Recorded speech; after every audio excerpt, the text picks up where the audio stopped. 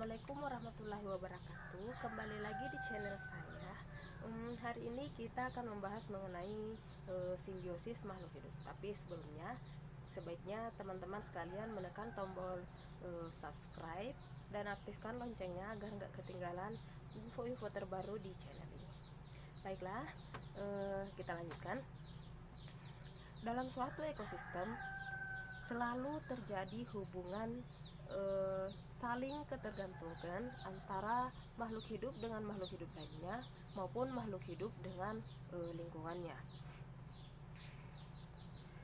Suatu bentuk hubungan yang sangat erat antara satu spesies makhluk hidup dengan spesies makhluk hidup lainnya dalam satu habitat tertentu, ini biasa disebut dengan simbiosis.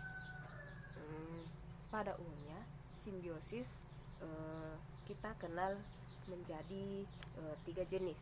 Yang pertama, simbiosis parasitisme, yang kedua simbiosis komensalisme, dan yang ketiga simbiosis mutualisme. Simbiosis parasitisme adalah hubungan antara dua jenis makhluk hidup yang dimana makhluk hidup yang pertama akan mendapatkan keuntungan dari makhluk hidup yang kedua. Di sini makhluk hidup yang kedua biasa disebut dengan inang.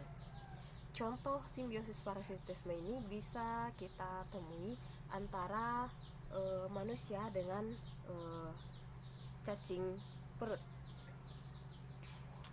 Di sini cacing dalam perut pada usus manusia akan mendapatkan keuntungan dengan menyerap sari-sari makanan yang dicerna oleh manusia, sedangkan manusia akan kehilangan zat-zat makanan yang penting tersebut karena telah diserap oleh cacing yang ada dalam usus halus ini.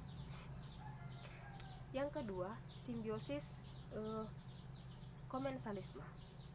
Simbiosis ini merupakan suatu hubungan simbiosis di mana suatu spesies makhluk hidup diuntungkan sedangkan pihak lainnya tidak diuntungkan maupun tidak dirugikan. Jadi inangnya tidak terganggu. Contohnya adalah tanaman epifit yang banyak hidup di hutan tropis. Tanaman epifit tersebut menumpang hidup di pohon atau cabang dan ranting pohon tanpa merugikan pohon inangnya. Jadi inangnya tidak dirugikan maupun tidak diuntungkan. Nah, simbiosis yang ketiga adalah simbiosis mutualisme, yaitu hidup bersama di antara dua spesies makhluk hidup di mana kedua spesies tersebut saling mendapatkan keuntungan. Contohnya bakteri Rhizobium pada akar tanaman polongan.